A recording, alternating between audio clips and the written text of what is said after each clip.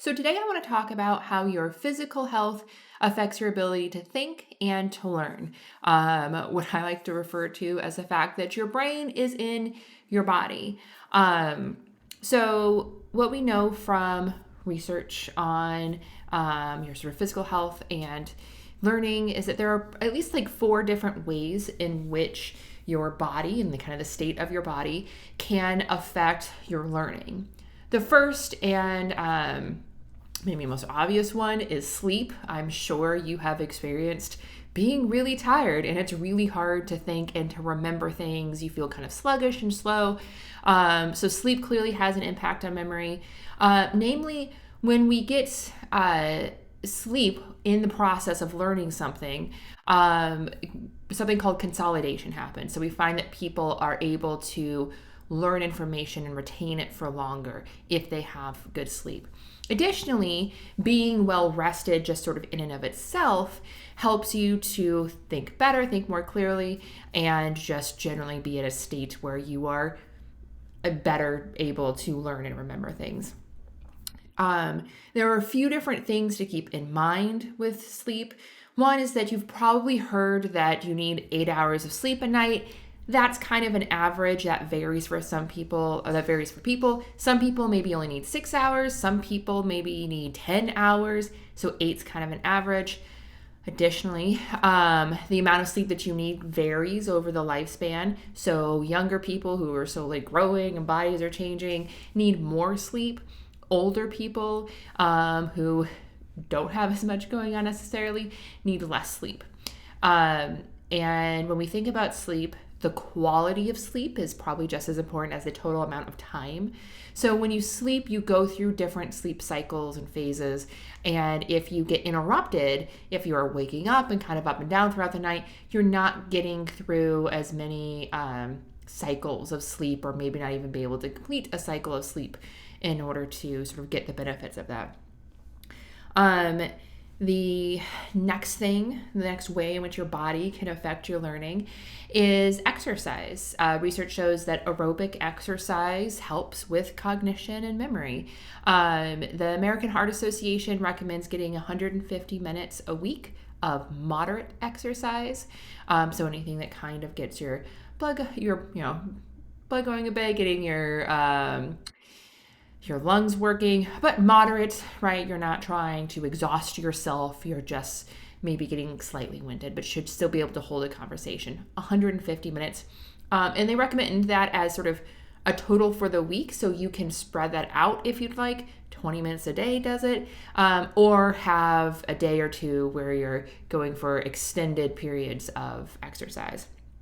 Or you could take the intense aerobic exercise route, in which case you would only need 75 total minutes a week. So it's a pretty flexible guideline and something to shoot for, adding in a walk.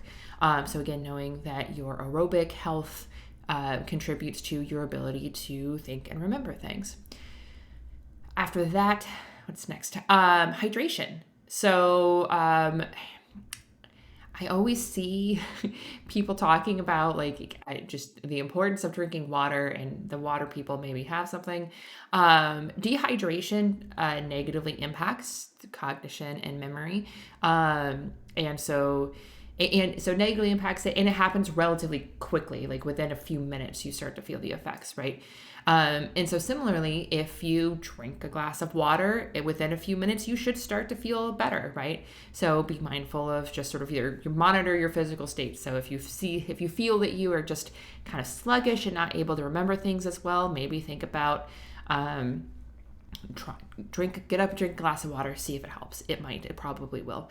I know it does for me in an annoying amount of time. And then finally, the last thing I want to talk about is nutrition. So when you eat saturated foods that are high in saturated fats are associated with reduced memory and cognitive abilities. And conversely, foods that are better for you, so fruits and vegetables, tend to improve cognition and memory. And these are things that happen within like the span of a day, however long it takes your body to process these things. So if you are eating pizza and donuts, which are delicious and amazing, but probably not setting you up to be at the top of your game mentally. Just know that, right? So if you've got a test coming up, if you've got a really hard day that's going to require a lot of focus and sort of like mental energy and memory, then focus on eating fruits and vegetables. But if you know, sorry, if someone's bringing donuts into the office on a Friday or whatever, you have a donut if you don't have anything going on that day. So I think that's kind of interesting too. That these are things that you can just consume in moderation, right? That you don't have to avoid these things necessarily, but just be kind of mindful of the benefits you can get from having a healthy and balanced diet. I think that this is really interesting because we often sort of think of our mind and our brain as happening almost separate from our body. And it's sometimes maybe a little surprising. I mean, I know these things, I study these things, and I'm still a little surprised when I drink a glass of water and then go, oh, that's what it was. Or I think, like, have I gone for a walk today? I should, go for a walk. And when I actually get to feel those differences, it is kind of shocking because we tend to separate those things out. But your brain is in your body. And so things that affect your body generally will affect your ability to think about things.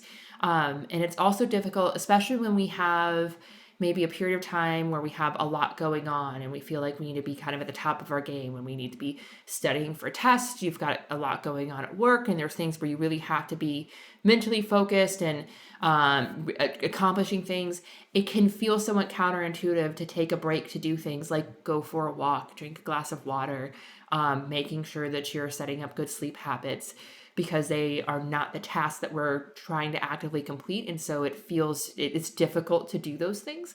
So I wanted to talk about them and how it's not counterproductive to take time to focus on your sort of health and well-being. And those are really some sort of like basic maintenance processes that you need to do. If this is interesting to you, then I recommend reading more about it in our book that's coming out in July, Ace That Test, A Student's Guide to Learning Better. We have a whole chapter that reviews some of the research in these areas and focuses on the fact that your brain is in your body. So get a good night's sleep, drink a glass of water, go for a walk, and eat your vegetables.